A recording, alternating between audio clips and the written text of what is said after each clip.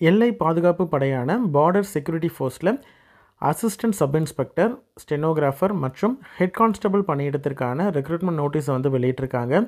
இது வந்து மத்திய அரசினுடைய நேரடி கட்டுப்பாட்டு கீழே இருக்கக்கூடிய ministry of home affairs, government of India regular பணியிடங்கள், சரிங்களா, நிரந்தர பணியிடங்கள். இதற்கு வந்து அப்ளை பண்ணுறதுக்கான கடைசி நாள் 8/7/2024, சரிங்களா.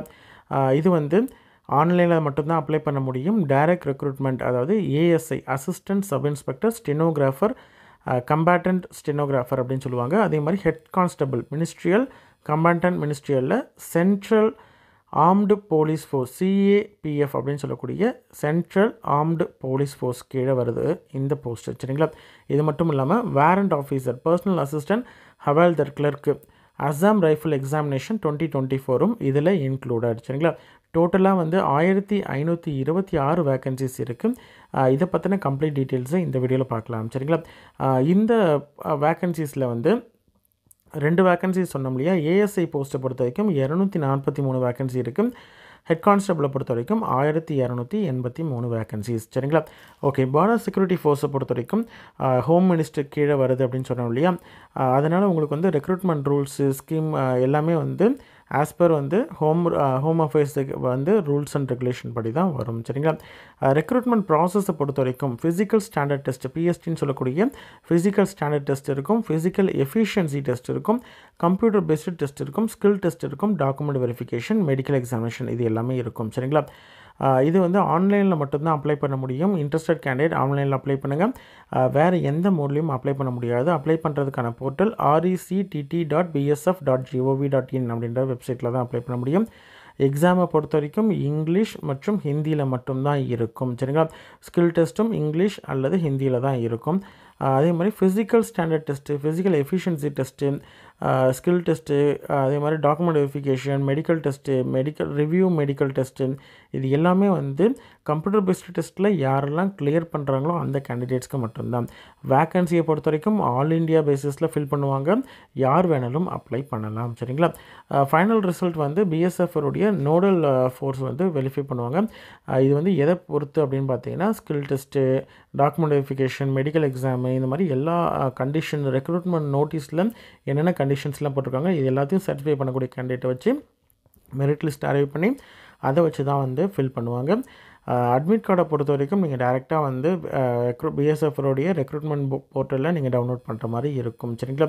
ஒவ்வொரு ஸ்டேஜ்லையும் பார்த்தீங்கன்னா உங்களுக்கு வந்து 2 கலர் காப்பி வந்து அட்மிட் கார்டு வந்து கண்டிப்பாக எடுத்துகிட்டு வரணும் அப்படின்னு சொல்லியிருக்காங்க. ஒரு காப்பி வந்து அட்மிட் கார்டு வந்து இன்விஜிலேட்டர்கிட்ட டெஸ்ட்டுகிட்ட வந்து நீங்கள் வந்து டெஸ்ட் டைமில் ஹேண்ட் ஓவர் பண்ணுற மாதிரி இருக்கும். இன்னொன்று வந்து உங்கள்கிட்ட ரிட்டன் கொடுத்துருவாங்க, சரிங்களா. ஸ்கேல் லெவல் வந்து பே ஸ்கேல் லெவல் வந்து ஏஎஸ்ஐ ஸ்டெனோகிராஃபருக்கு வந்து 29,200 92,300 வரைக்கும் வந்து இந்த பே மேட்ரிக்ஸில் லெவல் 5 இருக்கக்கூடிய ஒரு போஸ்ட்டு. ஹெட் கான்ஸ்டபிளை பொறுத்த வரைக்கும் லெவல் 4 இருக்கக்கூடிய போஸ்ட்டு 25,500 81,100 வரைக்கும் இந்த போஸ்ட்டுக்கான சேலரி இருக்கும்.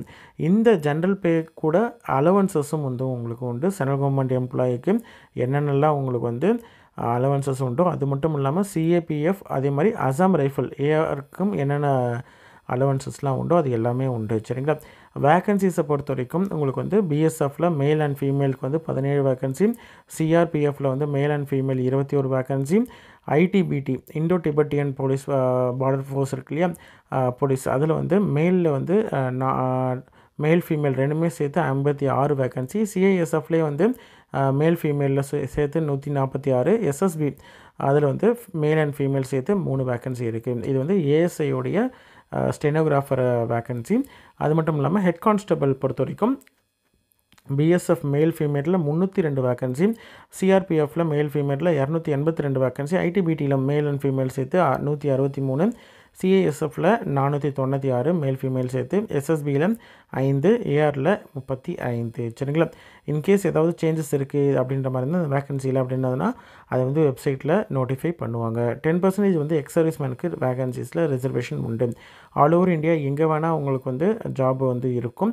ரிசர்வேஷன் வந்து SC, ST, OBC, EWS candidate, ex serviceman எல்லாமே வந்து as per central government rules படியும், கைட்லைன்ஸ் படியும், ரூல்ஸ் அண்ட் ரெகுலேஷன்ஸ் படியும் உங்களுக்கும் இதில் ஜாயின் பண்ணக்கூடிய கேண்டிடேட்ஸ்க்கும் ரிசர்வேஷன் உண்டு. சரிங்களா? நான் இந்தியன் சிட்டிசன்ஸ் யாருமே வந்து எலிஜிபிள் கிடையாது. ஏஜை பொறுத்த வரைக்கும் 18லேருந்து 25 வயது வரைக்கும் இருக்கக்கூடிய கேண்டிடேட் அப்ளை பண்ணலாம். 1/8/2024 தான் க்ரூஷியல் டேட்டு. சரிங்களா? SC/ST கேண்டிடேட்டுக்கு 5 வருடம் ஏஜ் ரிலாக்ஸேஷன், OBC கேண்டிடேட்டுக்கு 3 வருடம் ஏஜ் ரிலாக்ஸேஷன், எக்ஸ் சர்வீஸ்மேனுக்கு 3 வருடம் ஏஜ் ரிலாக்ஸேஷன். சென்ட்ரல் கவர்மெண்ட்டில் ஒர்க் பண்ணிட்டு இருக்கக்கூடிய கேண்டிடேட் இருந்தாங்கன்னா 40 வயது வரைக்கும் இருக்கக்கூடிய கேண்டிடேட் அப்ளை பண்ணலாம். அதுவே வந்து SC/ST கேண்டிடேட் இருந்தாங்கன்னா 45 வயது வரைக்கும் இருக்கக்கூடிய கேண்டிடேட் அப்ளை பண்ணலாம். Widows, divorced woman judicially separated from their husband அப்படின்ற மாதிரி தான், ரீமேரேஜ் பண்ணாதவங்க அப்படின்ற மாதிரி தான் 35 வயது வரைக்கும் இருக்கக்கூடிய கேண்டிடேட் அப்ளை பண்ணலாம். அதுவே வந்து SC/ST கேண்டிடேட் இருந்தாங்கன்னா 40 வயது வரைக்கும் இருக்கக்கூடிய கேண்டிடேட் அப்ளை பண்ணலாம். அதே மாதிரி விக்டிம்ஸ் அப்படின்ற மாதிரி இருந்தால் ரயாட்ஸில், கம்யூனல் ரயாட்ஸ்லேயோ இல்லை வந்து குஜராத் விக்டிம் அப்படின்ற மாதிரி இருந்தால் ரயோட்டில் அப்படின்ற மாதிரி தான் எக்ஸ்ட்ரா ரிசர்வேஷன்ஸும் உண்டு. சரிங்களா? ஓகே.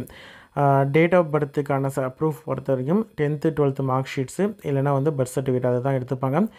நேம் வந்து 10th மார்க் ஷீட்டில் எப்படி இருக்கோ அதை தான் நீங்கள் வந்து டைப் பண்ணுற மாதிரி இருக்கும். எக்ஸ் சர்வீஸ்மேன் வந்து ப்ராப்பரான டிஸ்சார்ஜ் சர்டிஃபிகேட் இந்த மாதிரியான சர்டிஃபிகேட்ஸ் எல்லாமே வந்து அதற்கான ஃபார்மாலிட்டிஸ் எல்லாமே வந்து ரெடியாக வந்து வச்சுருக்கணும். அதை வச்சுருந்தால் மட்டும்தான் அப்ளை பண்ண முடியும். சரிங்களா? ஓகே.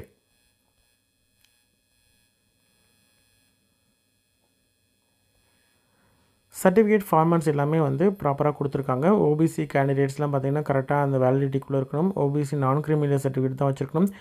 தமிழ்நாட்டை சேர்ந்த கேண்டிடேட் வந்து பிசி, எம்பிசி இந்த மாதிரி செப்பரேட் சர்டிஃபிகேட் வச்சுருந்தாலுமே அவங்க வந்து ஓபிசி நான் கிரீமி லேயர் சர்டிஃபிகேட் வச்சுருந்தா மட்டும்தான் எலிஜிபிள். அதுவும் இல்லாமல் லேட்டஸ்ட் சர்டிஃபிகேட் இருக்கணும். சரிங்களா? அதே மாதிரி இடபிள்யூஎஸ் கேண்டிடேட் இன்கம் அண்ட் அசஸ் சர்டிஃபிகேட் வச்சுருக்கணும். SC/ST கேண்டிடேட் வந்து ப்ராப்பரான சர்டிஃபிகேட் ஃபார்மேட்டில் இருக்கணும். அதே மாதிரி எக்ஸ் சர்வீஸ்மேனும் அதற்கான சர்டிஃபிகேட் ஃபார்மேட்டில் இருக்கணும். எசென்ஷியல் குவாலிஃபிகேஷனை பொறுத்த வரைக்கும் 1/8/2024 தான் க்ரூஷியல் டேட்டு. 12ஆம் வகுப்பு முடித்திருக்கணும். சரிங்களா? அதே மாதிரி ப்ராப்பராக வந்து அதை முடிச்சு சர்டிஃபிகேட் வச்சுருக்கணும். அந்த சர்டிஃபிகேட் வந்து நீங்கள் டீட்டெயில்ஸில் வந்து கொடுக்குற மாதிரி இருக்கும். சரிங்களா? ஒன்ஸ் வந்து குவாலிஃபை ஆகிட்டிங்க அப்படின்ற மாதிரி இருந்தால் ஃபிசிக்கல் ஸ்டாண்டர்ட் டெஸ்ட் இருக்கும். அதுக்கப்புறம் ஃபிசிக்கல் எஃபிஷியன்சி டெஸ்ட் இருக்கும். கம்ப்யூட்டர் பேஸ்டு டெஸ்ட் கிளியர் பண்ண கேண்டிடேட் மட்டும் தான் இதெல்லாம் ஸ்கில் டெஸ்ட் இருக்கும். அதுக்கப்புறம் சர்டிஃபிகேட் வெரிஃபிகேஷன், அதுக்கப்புறம் மெடிக்கல் ஃபிட்னஸ் வந்து செக் பண்ணுற மாதிரி சர்டிஃபிகேட் இருக்கும். எப்படி அப்ளை பண்ணுறது அப்படின்னு பார்த்தீங்கன்னா வெப்சைட்டுக்குள்ளே போனதுக்கப்புறம் நீங்கள் வந்து கேண்டிடேட் வந்து டீட்டெயில்ஸ் எல்லாத்தையும் நீங்கள் கரெக்டாக செக் பண்ணிவிட்டு தான் வெப்சைட்டுக்குள்ளே போய்ட்டு அப்ளை பண்ணணும். நீங்கள் எலிஜிபிளா அப்படின்றத செக் பண்ணிக்கோங்க. சரிங்களா? கேண்டிடேட் 3 மாதத்துக்குள்ளே எடுத்த ஃபோட்டோவை வந்து ரெடியாக வச்சுருக்கணும். அதை வந்து நீங்கள் அப்லோட் பண்ணுற மாதிரி இருக்கும். ஃபோட்டோவில் வந்து கேப்போ கண்ணாடியோ வேறு எதுவும் போட்டிருக்கக்கூடாது. அதே மாதிரி ஃபேஸ் வந்து கிளியராக இருக்கணும், ஃப்ரண்டல் வியூவில் இருக்கணும். அதே மாதிரி கிளியராக விசிபிளாக இருக்கணும் அப்படின்னு சொல்லியிருக்காங்க. போர்ட்டல் வந்து 8/7/2024 வரைக்கும் ஓப்பனில் இருக்கும். அதுக்குள்ளே நீங்கள் வந்து இன்ட்ரெஸ்டட் கேண்டிடேட் அப்ளை பண்ணிடணும். சரிங்களா? அப்ளிகேஷன் ஃபீஸை பொறுத்த வரைக்கும் 100 ரூபா பே பண்ணணும். உமன் கேண்டிடேட்டாக இருந்தாலும் சரி, SC/ST கேண்டிடேட்டாக இருந்தாலும் சரி, எக்ஸ் சர்வீஸ்மேன் கேண்டிடேட்டாக இருந்தாலும் அவங்களுக்கு ஃபீஸு கிடையாது. ரிமைனிங் கேண்டிடேட்ஸ்க்கு 100 ரூபா பே பண்ணணும். சரிங்களா? அதே மாதிரி சர்வீஸ் சார்ஜஸ் வந்து ஆஸ் பர் நீங்கள் எப்படி அப்ளை பண்ணுறீங்க, எந்த மோடில் அப்ளை பண்ணுறீங்க அப்படின்றத பொறுத்து மாறும். UPI ஐடியோ, நெட் பேங்கிங்கோ, கிரெடிட் கார்டோ, டெபிட் கார்டோ எது மூலியமாக வேணாலும் பே பண்ணலாம். பே பண்ணுறதுக்கான கடைசி நாள் 8/7/2024. ஒன்ஸ் பே பண்ணிட்டீங்க அப்படின்ற மாதிரி இருந்தால் ரீஃபண்ட் பண்ண மாட்டாங்க. எக்ஸாம் சென்டர் பொறுத்த வரைக்கும் எந்தெந்த இடம்லாம் இருக்குது அப்படின்றத கொடுத்துருக்காங்க. நமக்கு எங்கே கிட்ட இருக்குது அப்படின்றத பார்க்கலாம். அதாவது தமிழ்நாட்டை பொறுத்த வரைக்கும் சென்னை ஆவடியில் குரூப் சென்டர் CRPF தான் வந்து நம்ம கிட்ட இருக்கக்கூடிய சென்டர். மோஸ்ட்லி வந்து இங்கே தான் வந்து உங்களுக்கு இவங்க தான் வந்து எக்ஸாம் கண்டக்ட் பண்ணுவாங்க. சரிங்களா? சென்டர்ஸை சேஞ்ச் பண்ண முடியாது. ஒன்ஸ் நீங்கள் அப்ளை பண்ணிட்டீங்க அப்படின்ற மாதிரி தான் எந்த விதமான சேஞ்சஸும் பண்ண முடியாது.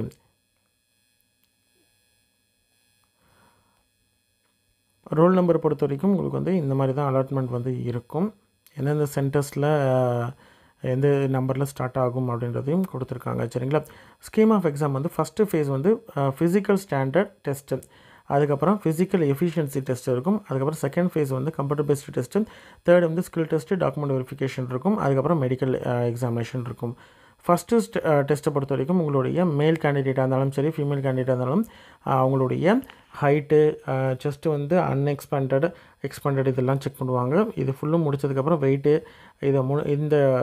இது முடித்ததுக்கப்புறமேட்டு அண்டர் வெயிட்டாக இருந்தாலும் சரி, ஓவர் வெயிட்டாக இருந்தாலும் சரி ரிஜெக்ட் பண்ணிடுவாங்க. அதுக்கப்புறம் ஃபிசிக்கல் எஃபிஷியன்சி டெஸ்ட் இருக்கும். மேல் கேண்டிடேட் வந்து 1.6 கிலோமீட்டர்ஸ் வந்து 6 நிமிஷம் 30 செகண்ட்குள்ளே கிராஸ் பண்ணணும். ஃபீமேல் கேண்டிடேட் அப்படின்ற மாதிரி தான் 800 மீட்டர் வந்து 4 நிமிஷம் 45 செகண்டில் கிராஸ் பண்ணுற மாதிரி இருக்கும். செஸ்ட் மெஷர்மெண்ட் வந்து எடுக்க மாட்டாங்க. சரிங்களா? ஃபீமேல் கேண்டிடேட்டுக்கு எடுக்க மாட்டாங்க. அதுக்கப்புறமேட்டு இதில் வந்து குவாலிஃபை ஆகக்கூடிய, அதாவது PSTயும் சரி, PETயும் சரி, மார்க் எதுவும் கிடையாது, அதில் குவாலிஃபை ஆனாலே போதுமானது. சரிங்களா?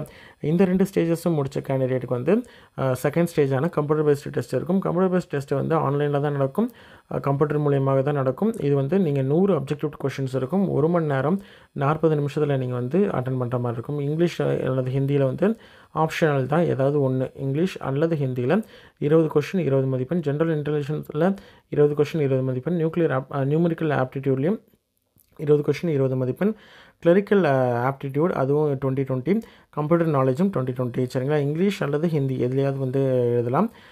மார்க்ஸ் வந்து நார்மலைசேஷன் பண்ணுவாங்க, ஏன்னா மோர் தென் 1 சென்டர்ஸில் மோர் தென் 1 டேட்டில் அல்லது பேட்சில் நடக்குது அப்படின்றதுனால நார்மலைசேஷன் பண்ணுவாங்க. சரிங்களா?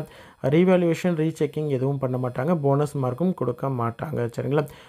இந்த ஸ்டேஜில் ஒன்ஸ் நீங்கள் வந்து அடுத்த லெவலுக்கு போகிறீங்க அப்படின்ற மாதிரி தான் ஸ்பெஷல் கேட்டகரி ரிசர்வேஷன்ஸ் ஸ்பெஷல் கோட்டாஸ்க்கு உங்களுக்கு மார்க்ஸ் வந்து கொடுப்பாங்க. சரிங்களா? டென்டேட்டிவ் சிலபஸ் கொடுத்துருக்காங்க, என்னென்னலாம் கேட்பாங்க அப்படின்றது. ஜென்ரல் இன்டெலிஜென்ஸ்க்கு, நியூமரிக்கல் ஆப்டிடியூடுக்கு, கிளரிக்கல் ஆப்டிடியூடுக்கு, கம்ப்யூட்டர் நாலேஜுக்கு. ஸ்கில் டெஸ்ட்டை பொறுத்த வரைக்கும் 10 நிமிஷத்தில் வந்து 80 வேர்ட் பர் மினிட் வந்து டிக்டேஷன் பண்ணுற மாதிரி இருக்கும். டிரான்ஸ்கிரிப்ஷன் வந்து 50 மினிட்ஸில் இங்கிலீஷு, 65 மினிட்ஸில் ஹிந்தி ஆன் கம்ப்யூட்டர் வந்து நீங்கள் பண்ணுற மாதிரி இருக்கும். சரிங்களா? இங்கிலீஷ் டைப்பிங் வந்து மினிமம் வந்து 35 வேர்ட் பர் மினிட் வந்து கம்ப்யூட்டரில் டைப் பண்ணுற மாதிரி இருக்கும். ஹிந்தியாக இருந்தால் 30 வேர்ட் பர் மினிட் வந்து டைப் பண்ணுறது தெரிஞ்சிருக்கணும். சரிங்களா? டைம் வந்து 10 நிமிஷம் கொடுப்பாங்க. நீங்கள் சர்டிஃபிகேட்லாம் வச்சுருக்கணும்னு அவசியம் இல்லை, நீங்கள் வந்து ஸ்கில் டெஸ்ட்டில் நல்லா பெர்ஃபார்ம் பண்ணிங்கனாலே போதுமானது. சரிங்களா? டாக்குமெண்ட் வெரிஃபிகேஷன் அப்போது உங்களுடைய ப்ரூஃப், அதாவது Aadhaar card, voter ID, PAN card, passport, driving licence, வேறு ஏதாவது ஸ்கூல் ஐடி இல்லை கவர்மெண்ட் இஷ்யூ பண்ண ஐடி, எம்ப்ளாயர் ஐடி, இந்த மாதிரி ஏதாவது ஒரு ஐடி கார்டு வந்து நீங்கள் வந்து ப்ரொடியூஸ் பண்ணுற மாதிரி இருக்கும். 10th mark sheet, 12th mark sheet, உங்களுடைய கல்வி தகுதிக்கான மார்க் ஷீட்ஸு, இது எல்லாமே நீங்கள் வந்து காஸ்ட் சர்டிஃபிகேட், கம்யூனிட்டி சர்டிஃபிகேட், இது எல்லாத்தையும் வந்து செக் பண்ணுவாங்க. கரெக்டான ஃபார்மேட்டில் இருக்கா அப்படின்றத செக் பண்ணுவாங்க. சரிங்களா? மெடிக்கல் எக்ஸாமினேஷன் வந்து as per government of India rules படி, உங்களுக்கு ரூல்ஸ் அண்ட் ரெகுலேஷன் படி உங்களுக்கு வந்து மெடிக்கல் எக்ஸாமினேஷன் பண்ணுவாங்க. அதை நீங்கள் வந்து கிளியர் பண்ணணும்.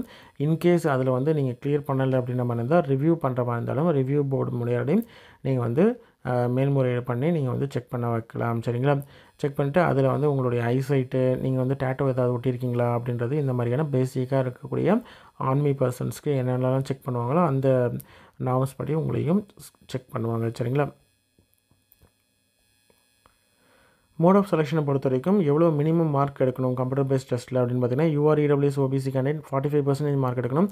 அது வந்து SC/ST கேண்டிடேட்டாக இருந்தாங்கன்னா 40% வந்து மார்க் எடுத்தால் போதுமானது. சரிங்களா? மால் ப்ராக்டிஸில் இன்வால்வ் ஆகக்கூடிய கேண்டிடேட்டுக்கு டிபார்ட்மெண்ட் இந்த மாதிரியான டிஸ்குவாலிஃபிகேஷன் டீட்டெயில்ஸ் எல்லாமே கொடுத்துருக்காங்க. அப்ளை பண்ணுறதுக்கு முன்னாடி கேண்டிடேட்ஸ் கண்டிப்பாக வந்து உங்களுடைய டீட்டெயில்ஸ் எல்லாமே ரெடியாக வச்சுருக்கீங்க, சாஃப்ட் காப்பி எல்லாமே ரெடியாக வச்சுருக்கீங்க அப்படின்ற மாதிரி இருந்தால் ஈஸியாக அப்ளை பண்ணலாம், எந்த விதமான மிஸ்டேக்ஸும் இல்லாமல். சரிங்களா?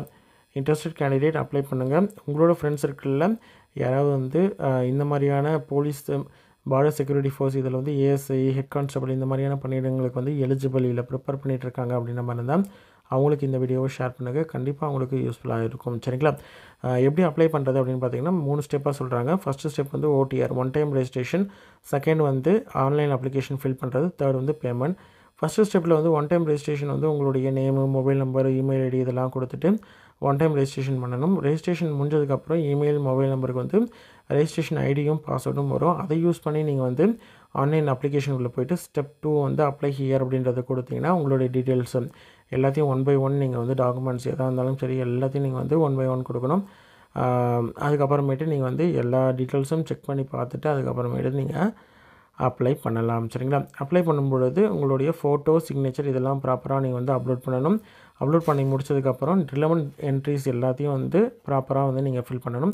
முடிச்சதுக்கப்புறம் ஸ்டெப் 3 வந்து உங்களுடைய ஃபீ பேமெண்ட் இருக்கும். ஃபீ பேமெண்ட் முடிஞ்சதுக்கப்புறம் திரும்பி லாகின் பண்ணி நீங்கள் வந்து செக் பண்ணி பார்த்தீங்கன்னா உங்களுடைய ஃபீ வந்து பிரிண்ட் அவுட், அதாவது ஃபீ வந்து கரெக்டாக அக்செப்ட் ஆகிடுச்சா, அப்ளிகேஷன் வந்து சப்மிட் ஆகிடுச்சா அப்படின்றத செக் பண்ணிக்கோங்க. செக் பண்ணி முடிச்சுட்டு ஒன்ஸ் அப்ளிகேஷன் சப்மிட் ஆகிடுச்சு அப்படின்ற மாதிரி தான் பிரிண்ட் அவுட் எடுத்துக்கோங்க. சரிங்களா? அது ஃபர்தராக வந்து நீங்கள் அடுத்த சர்டிஃபிகேட் வெரிஃபிகேஷன் அடுத்தடுத்த ஸ்டேஜஸில் வந்து அந்த அப்ளிகேஷனை நீங்கள் பிரிண்ட் அவுட் எடுத்ததை எடுத்துகிட்டு போகிற மாதிரி இருக்கும். சரிங்களா? இன்ட்ரெஸ்டட் கேண்டிடேட் அப்ளை பண்ணுங்கள். உங்களோட ஃப்ரெண்ட்ஸ் சர்க்கிளில் யாராவது இந்த பணியிடத்திற்கு எலிஜிபிள் இல்லை அப்ளை பண்ணுவாங்க அப்படின்னு நினச்சிங்கன்னா அவங்களுக்கு இந்த வீடியோவை ஷேர் பண்ணுங்கள். நன்றி.